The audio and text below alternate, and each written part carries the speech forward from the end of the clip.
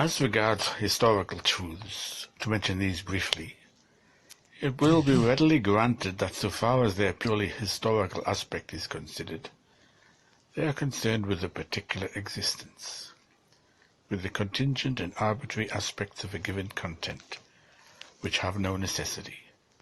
But even such plain truths as those just illustrated are not without the movement of self-consciousness.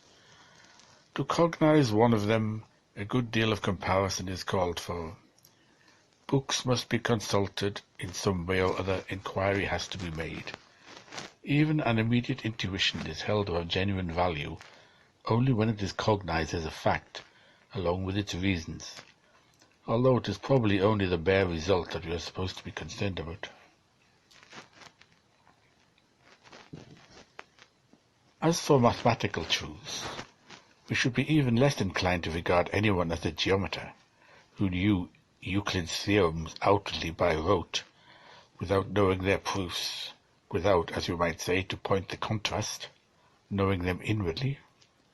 Similarly, if someone became aware through measuring a number of right-angled triangles that their sides do in fact have the well-known relation to one another, we should consider his mere awareness of the fact unsatisfactory. Yet even in mathematical cognition the essentiality of the proof does not have the significance and nature of being a moment of the result itself. When the latter is reached, the demonstration is over, and has disappeared. It is of course as a result that the theorem is something seen to be true, but this added circumstance has no bearing on its content, but only on its relation to the knowing subject. The movement of mathematical proof does not belong to the object, but rather is an activity external to the matter in hand. Thus the nature of the right-angled triangle does not divide itself into parts in just the way set forth in the construction necessary for the proof of the proposition that expresses its ratio. The way and the means by which the result is brought forth belong entirely to the cognitive process. In philosophical cognition, too, the way in which the outer existence, qua existence of a thing, comes about is distinct from the way in which its essence or inner nature comes to be. But to begin with, philosophical cognition includes both existence and essence, whereas mathematical cognition sets forth only the genesis of the existence, that is, the being of the nature of the thing in cognition as such. What is more, philosophical cognition also unites these two distinct processes. The inner coming to be, or genesis of substance, is an unbroken transition into outer existence, into being for another, and conversely the genesis of existence is how existence is by itself taken back into essence. The movement is the twofold process and the genesis of the whole, in such wise that each side simultaneously posits the other, and each therefore has both perspectives within itself. Together they thus constitute a whole, by dissolving themselves and by making themselves into its moments. In mathematical cognition, insight is an activity external to the thing.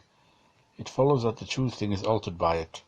The means employed, construction and proof, no doubt contain true propositions, but it must be nonetheless be said that the content is false. In the above example, the triangle is dismembered and its parts consigned to other figures, whose origin is allowed by the construction upon the triangle. Only at the end is the triangle we are actually dealing with reinstated. During the procedure it was lost to view, appearing only in fragments belonging to other figures. Here then we see the negativity of the content coming in as well. This could just as much have been called the falsity of the content as the disappearance of the supposedly fixed conception in the movement of the notion. But what is really defective in this kind of cognition concerns the cognitive process itself, as well as its material. As regards the former, we do not in the first place see any necessity in the construction. Such necessity does not arise from the notion of the theorem, it is rather imposed, and the instruction to draw precisely these lines when infinitely many others could be drawn must be blindly obeyed, without knowing anything beyond except that we believe that this will be to the purpose in carrying out the proof. In retrospect, this expediency also becomes evident, but it is only an external expediency because it becomes evident only after the proof. This proof, in addition, follows a path that begins somewhere or other without indicating as yet what relation such a beginning will have to the result that will emerge. In its progress, it takes up these particular determinations and relations and lets others alone without its being immediately clear what the controlling necessity is. An external purpose governs this procedure. The evident character of this defective cognition of what mathematics is proud, and on which it plumes itself before philosophy, rests solely on the poverty of its purpose and the defectiveness of its stuff, and is therefore of a kind that philosophy must spurn. Its purpose or notion is magnitude. It is just this relationship that is unessential, lacking the notion. Accordingly, this process of knowing proceeds on the surface, does not touch the thing itself, its essence or notion, and therefore fails to comprehend it, that is, in terms of its notion. The material regarding which mathematics provides such a gratifying treasure of truths is space and the numerical unit. Space is the existence in which notion inscribes its differences as in an empty lifeless element, in which they are just inert and lifeless. The actual is not something spatial as it is regarded in mathematics, with non-actual things like the objects of mathematics. Neither concrete sense intuition nor philosophy has the least concern. In a non-actual element like this, there is only a truth of the same sort, that is, rigid, dead propositions. We can stop at any one of them. The next one starts afresh on its own account without the first having moved itself onto the next, and without any necessary connection arising through the nature of the thing itself. Further, because of this principle and element, and herein consists the formalism of mathematical evidence, this kind of knowing moves forward along the line of equality. For what is lifeless, since it does not move of itself, does not get as far as the distinctions of essence, as far as essential opposition or inequality, and therefore does not make the transition of one opposite into its opposite, does not attain to qualitative immanent mood, motion, or self-movement. For it is only magnitude, the unessential distinction, that mathematics deals with. It abstracts from the fact that it is the notion which divides space into its dimensions and determines the connections between and within them.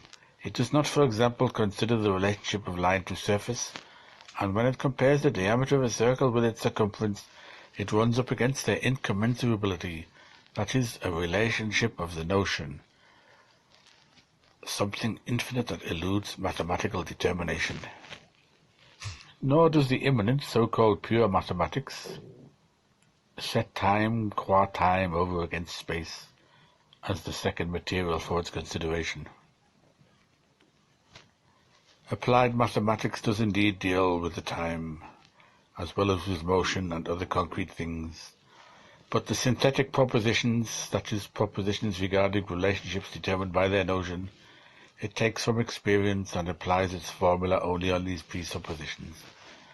The fact that the so-called proofs of propositions, such as those regarding the equilibrium of the lever, or the relation of time and space in the motion of falling, etc., are often given and accepted as proofs itself only proves how great is the need of proof for cognition, seeing that where nothing better is to be had, cognition values even the hollow semblance of it and obtains from it some measure of satisfaction.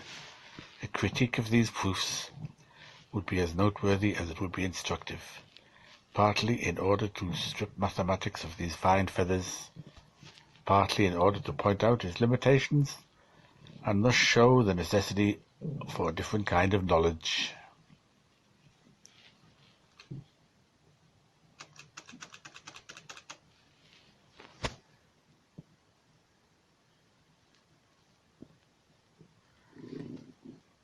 Philosophy, on the other hand, has to do not with the unessential determinations, but with a determination insofar as it is essential.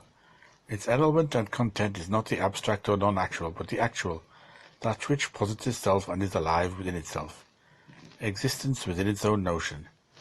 It is the process which begets and traverses its own moments, and this whole movement constitutes what is positive in it, and its truth. This truth therefore includes the negative also, what would be called the false, if it could be regarded as something from which one might abstract. The evanescence itself must, on the contrary, be regarded as essential, not as something fixed, cut off from the true, and left lying who knows where outside it, any more than the true is to be regarded as something on the other side, positive and dead. Appearance is the arising and passing away that does not itself arise and pass away, but is in itself, that is, subsists intrinsically, and constitutes the actuality and the movement of the life of truth. The true is thus the bacchanalian revel, in which no member is not drunk. Yet because each member collapses as soon as he drops out, the revel is just as much transparent and simple repose. Judged in the court of this movement, the single shapes of spirit do not persist any more than determinate thoughts do, but they are as much positive and necessary moments as they are negative and evanescent. In the whole of the movement, seen as a state of repose, what distinguishes itself therein and gives its particular existence is preserved as something that recollects itself, whose existence is self-knowledge, and whose self-knowledge is just as immediately existent. It might seem necessary at the outset to say more about the method of this movement, that is, of science, but its notion is already to be found in what has been said, and its proper exposition belongs to logic, or rather it is logic, for the method is nothing but the structure set forth in its pure essentiality. We should realize, however, that the system of ideas concerning philosophical method is yet another set of current beliefs that belongs to a bygone culture. If this comment sounds boastful or revolutionary, and I am far from adopting such a tone, it should be noted that current opinion itself has already come to view the scientific regime bequeathed by mathematics as quite old-fashioned, with its explanations, divisions, axioms, set of theorems, its proofs, principles, deductions, and conclusions from them. Even if its unfitness is not yet clearly understood, little or no use is any longer made of it, and though not actually condemned outright, no one likes it very much, and we should be sufficiently prejudiced in favour of what is excellent to suppose that it will be put to use and will find acceptance.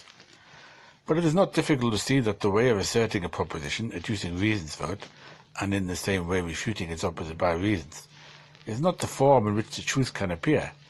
Truth is its own self-movement, whereas the method just described is the mode of cognition that remains external to its material. Hence it is peculiar to mathematics and must be left to that science which, as we have noted, has for its principle the relationship of magnitude as relationship alien to the notion, and for its material dead space and the equally lifeless numerical unit. This method too, in a looser form that is more blended with this arbitrary and the accidental, may retain its place as in conversation, or in a piece of historical instruction designed rather to satisfy curiosity than to produce knowledge, which is about what a preface amounts to. In ordinary life, consciousness has for its content items of information, experiences, concrete objects of sense, thoughts, basic principles, anything it will do as content, as long as it is ready to hand, or as accepted as a fixed and stable being or essence. Sometimes consciousness follows where this leads, sometimes it breaks the chain, and deals arbitrarily with its content, behaving as if it were determining and manipulating it from outside. It refers the content back to some certainty or other, even if only to the sensation of the moment, and conviction is satisfied when the familiar resting place is reached. But we have already pointed out that once the necessity of the notion has banished the slipshod style of conversational discussion, and along with it the pedantry and pomposity of science, they are not to be replaced by the non-method of presentiment or inspiration, or by the arbitrariness of prophetic utterance, both of which despise not only scientific pomposity, but scientific procedure of all kinds. Of course, the triadic form must not be regarded as scientific when it is reduced to a lifeless schema, a mere shadow, and when scientific organization is degraded into a tablet of terms. Kant rediscovered this triadic form by instinct, but in his work it was still lifeless and uncomprehended. Since then it has, however, been raised to its absolute significance, and with it the true form in its true content has been presented, so that the notion of science has emerged. This formalism, of which we have already spoken generally, and of whose style we wish here to describe in more detail, imagines that it has comprehended and expressed the nature and life of a form, when it is endowed with some determination of the schema as a predicate. The predicate may be subjectivity or objectivity, say with magnetism, electricity, etc., contraction or expansion, east or west, and the like. Such predicates can be multiplied to infinity, since in this way each determination of form can again be used as a form or moment in the case of the other, and each can be gratefully perform the same service for another. In this sort of circle of reciprocity, one never learns what the thing itself is, nor what the one is, or the other is. In such a procedure, sometimes determinations of sense are picked up from everyday intuition, and they are supposed, of course, to mean something different from what they say.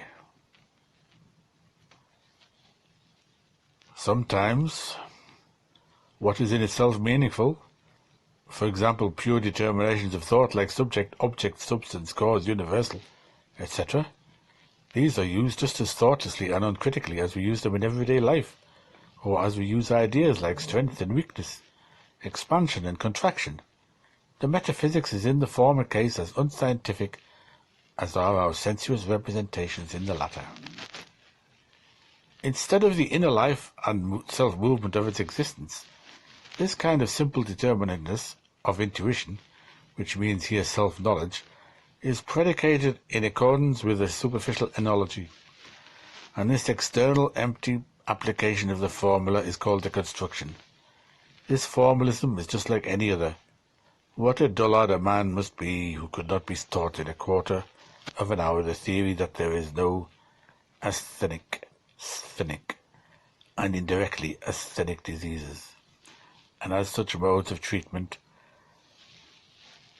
since still quite recently such instructions sufficed.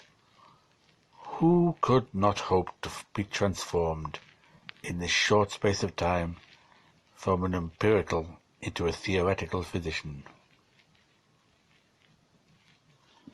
The formalism of such a philosophy of nature, teachers say that the understanding is electricity, or the animal is nitrogen, or that they are equivalent of the South or North Pole, etc., or represented.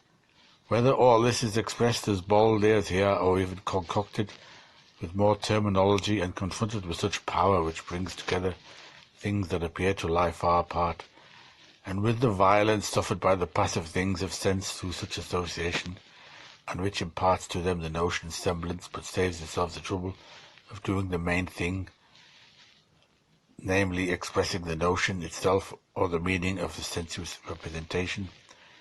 Confronted with all this, the untutored mind may be filled with admiration and astonishment, and may venerate in it the profound work of genius.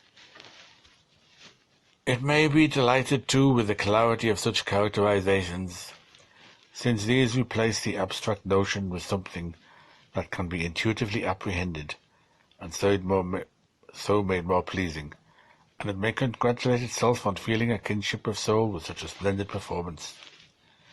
The knack of this kind of wisdom is as quickly learned as it is easy to practice. Once familiar, the repetition of it becomes as insufferable as the repetition of a conjuring trick already seen through.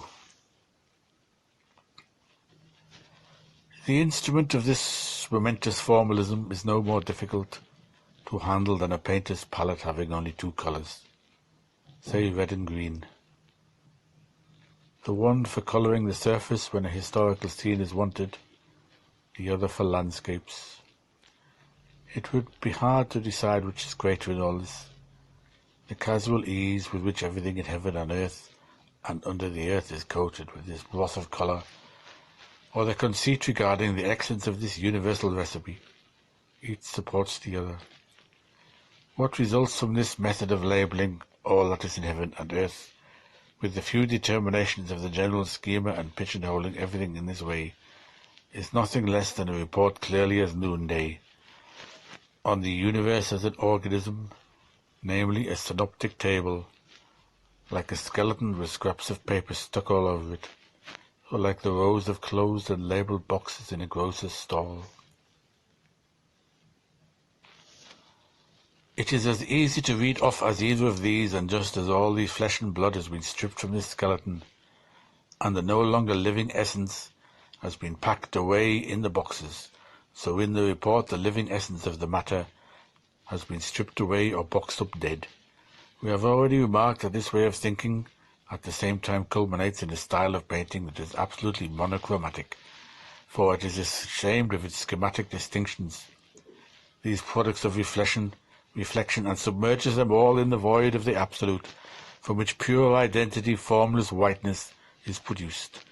This monochromatic character of the schema and its lifeless determinations, this absolute identity and the transition from one to the other, are all equally products of the lifeless understanding and external cognition. The excellent, however, not only cannot escape the fate of being thus deprived of life or spirit, of being flayed and then seeing its skin wrapped round a lifeless knowledge and its conceit. Rather we recognize even in this fate the power that the excellent exercises over the hearts, if not over the minds of men, also the constructive unfolding into universality and determinate of form in which it performs, in which its perfection consists, and which alone makes it possible for this universality to be used in a superficial way.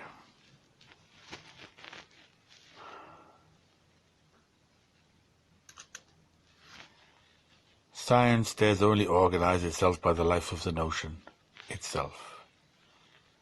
The determinateness which is taken from the schema and externally attached to an existent thing is in science the self-moving soul of the realized content. The movement of a being that immediately is consists partly in becoming another than itself, and thus becoming its own immanent content, partly in taking back into itself this unfolding of its content, or this existence of it, that is, in making itself into a moment, and simplifying itself into something determinate. In the former movement, negativity is thus the differentiating and positing of existence. In this return into itself, it is the becoming of the determinate simplicity. It is in this way that the content shows that its determinateness is not received from something else, nor externally attached to it, but that it determines itself, and ranges itself as a moment, having its own place in the whole, the understanding in its pigeonhole process, keeping the necessity and notion of the content to itself. All that constitutes the concreteness, the actuality, the living movement of the reality which it arranges. Or rather, it does not keep this to itself, since it does not recognize it. For if it had this insight, it would surely give some sign of it. It does not even recognize the need for it, else it would be dropping its schematizing, or at least realize that can never hope to learn more in this fashion than one could learn from a table of contents. A table of contents is all that it offers. The content itself it does not offer at all. Even when the specific determinant, say one like magnetism for example, is in itself concrete or real, the understanding degrades it into something lifeless, merely predicating it of another existent thing, rather than cognizing it as the immanent life of the thing, or cognizing its native and unique way of generating and expressing itself in that thing. The formal understanding leaves it to others to add this principal feature. Instead of entering into the immanent content of the thing, it is forever surveying the whole and standing above the particular existence of which it is speaking, that it does not see it at all. Scientific cognition, on the contrary, demands surrender to the life of the object, or what amounts to the same thing, confronting and expressing its inner necessity. Thus absorbed in its object, scientific cognition forgets about that general survey, which is merely the reflection of the cognitive process away from the content and back into itself. Yet immersed in the material and advancing with its movement, scientific cognition does come back to itself, but not before its filling or content is taken back into itself, is simplified into a determinateness, and has reduced itself to one aspect of its own existence, and passed over into its higher truth. Through this process, the simple self-surveying whole itself emerges from the wealth in which its reflections seem to be lost.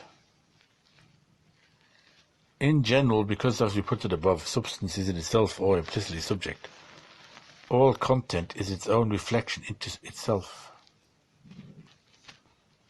The subsistence or substance of anything that exists is its self-identity, for a failure of self-identity would be its dissolution.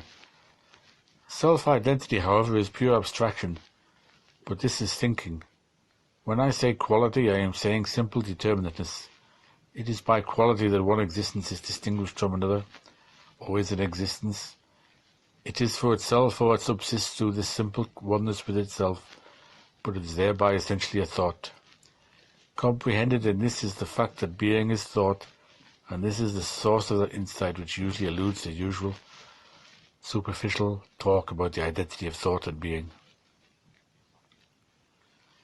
Now, since the subsistence of an existent thing is a self-identity or pure abstraction, it is the abstraction of itself from itself, or it is in itself its lack of self-identity and its disillusion. Its own inwardness of withdrawal into itself, its own becoming.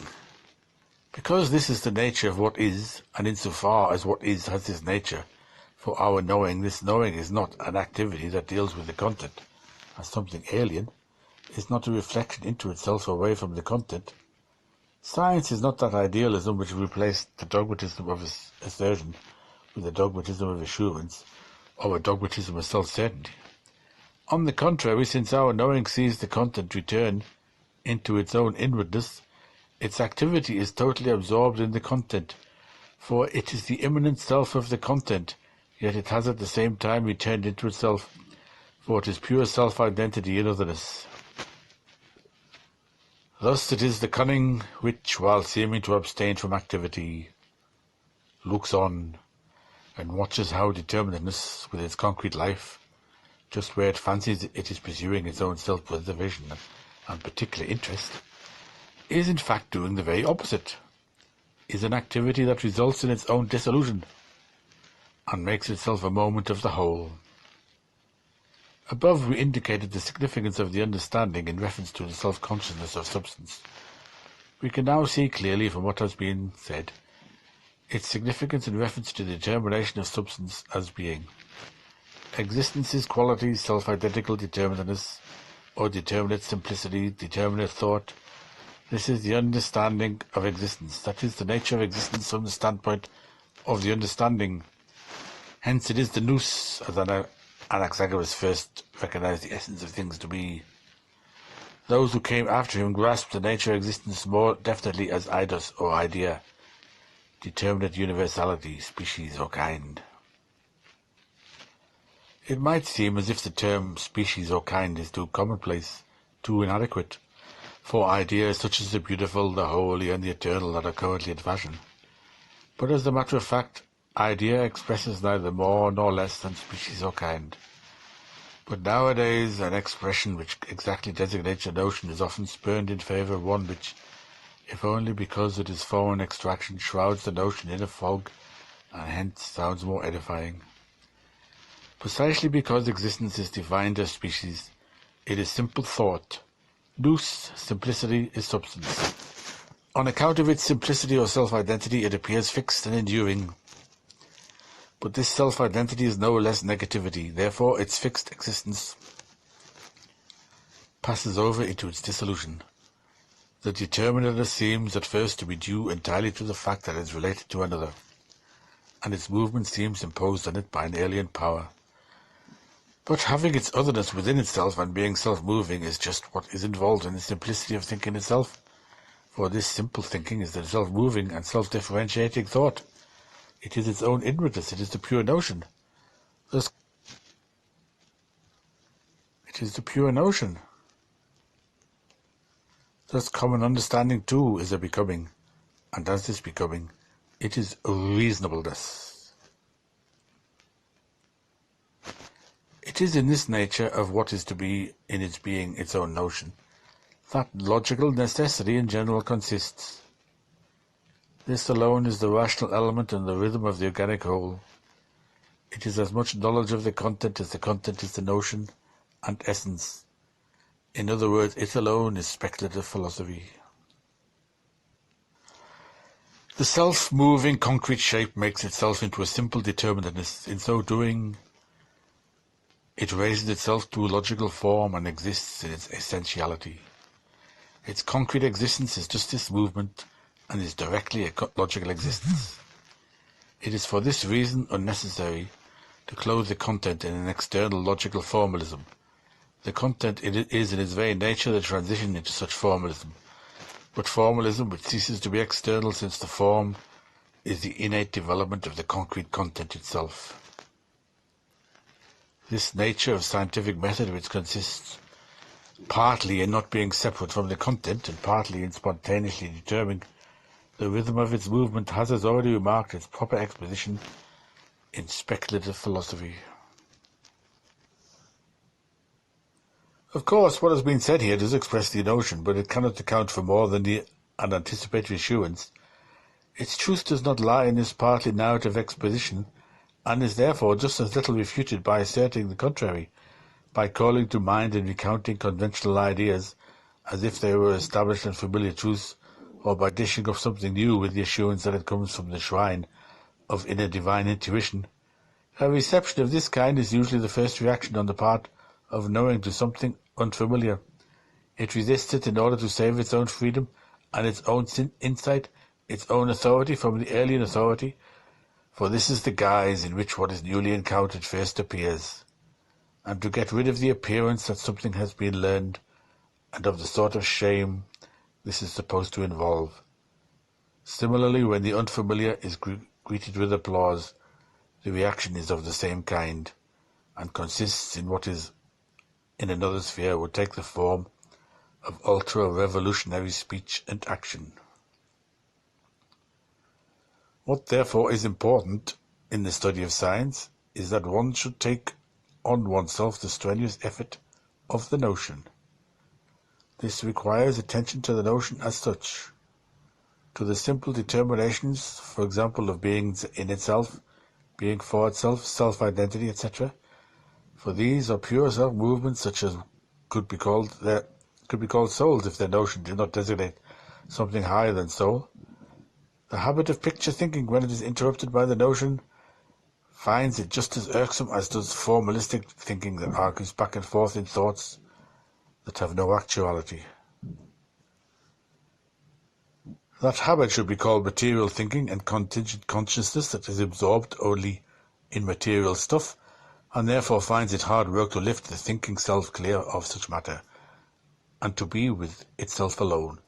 At the opposite extreme, argumentation is freedom from all content, and a sense of vanity towards it. What is looked for here is the effort to give up this freedom, and instead of being the arbitrarily moving principle of the content, to sink this freedom in the content, letting it move spontaneously of its own nature, by the self as its own self, and then to contemplate this movement.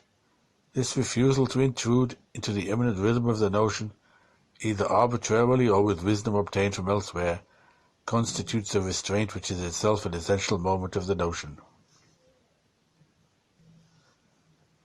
There are two aspects of the procedure of argumentation to which speculative thinking is opposed and which calls for further notice. First, such reasoning adopts a negative attitude towards the content it apprehends. It knows how to refute it and destroy it. That something is not the case is a merely negative insight, a dead end which does not lead to a new content beyond itself. In order to have a content once again, something new must be taken over from elsewhere. Argumentation is reflection into the empty I, the vanity of its knowing. This vanity, however, expresses not only the vanity of this content, but also the futility of the insight itself.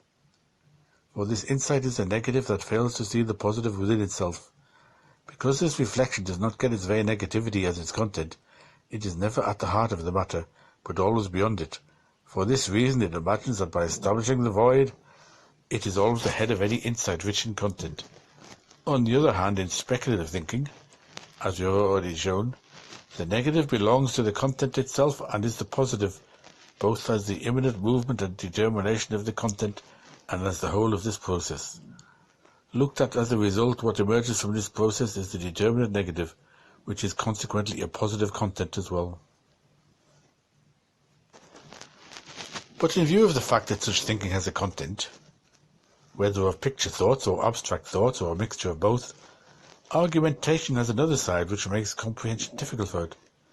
The remarkable nature of this other side is closely linked with the above-mentioned essence of the idea, or rather it expresses the idea in the way that it appears as the movement which is thinking apprehension. For whereas in its negative behaviour, which we have just discussed, ratiocinative thinking is itself the self onto which the content returns, in its positive cognition, on the other hand, the self is a subject to which the content is related as accident and predicate. This subject constitutes the basis to which the content is attached and upon which the movement runs back and forth. Speculative thinking behaves in a different way. Since the notion is the object's own self which presents itself as the coming to be of the object, it is not passive subject inertly supporting the accidents. It is on the contrary the self-moving notion which takes its determinations back into itself. In this movement the passive subject itself perishes. It enters into the differences and the content, and constitutes the determinedness, that is, the differentiated content and its movement, instead of remaining inertly over against it. The solid ground which argumentation has in the passive subject is therefore shaken, and only this movement itself becomes the object. The subject that fills its content ceases to go beyond it and cannot have any further predicates or accidental properties. Conversely, the dispersion of the content is thereby bound together under the self. It is not the universal which, free from the subject, could belong to several others. Thus the content is in fact no longer a predicate of the subject, but is the substance, the essence and the notion of what is under discussion. Picture thinking, whose nature it is to run through accidents or predicates, and which, because they are nothing more than predicates and accidents, rightly goes beyond them, is checked in its progress, since that which has the form of a predicate in its proposition is the substance itself. It suffers, as we might put it, a counter-thrust. Starting from the subject as though this were a permanent ground, it finds that, since the predicate is really the substance, the subject has passed over into the predicate, and by this very fact has been sublated. And since in this way what seems to be the predicate has become the whole and the independent mass, thinking cannot roam at will but is impeded by this weight. Usually the subject is first made the basis as the objective fixed itself. Thence the necessary movement to the multiplicity of determinations or predicates proceeds. Here that subject is replaced by the knowing I itself, which links the predicates with the subject holding them. But since that first subject enters into the determinations themselves and is their soul, the second subject, namely the knowing I, still finds in the predicate what is thought. It thought it has finished with and got away from too, and from which it hoped to return into itself, and instead of being able to function as a determining agent in the movement of predication, arguing back and forth whether to attach this or that predicate, it is really still occupied with the self or the content, having to remain associated with it instead of being for itself.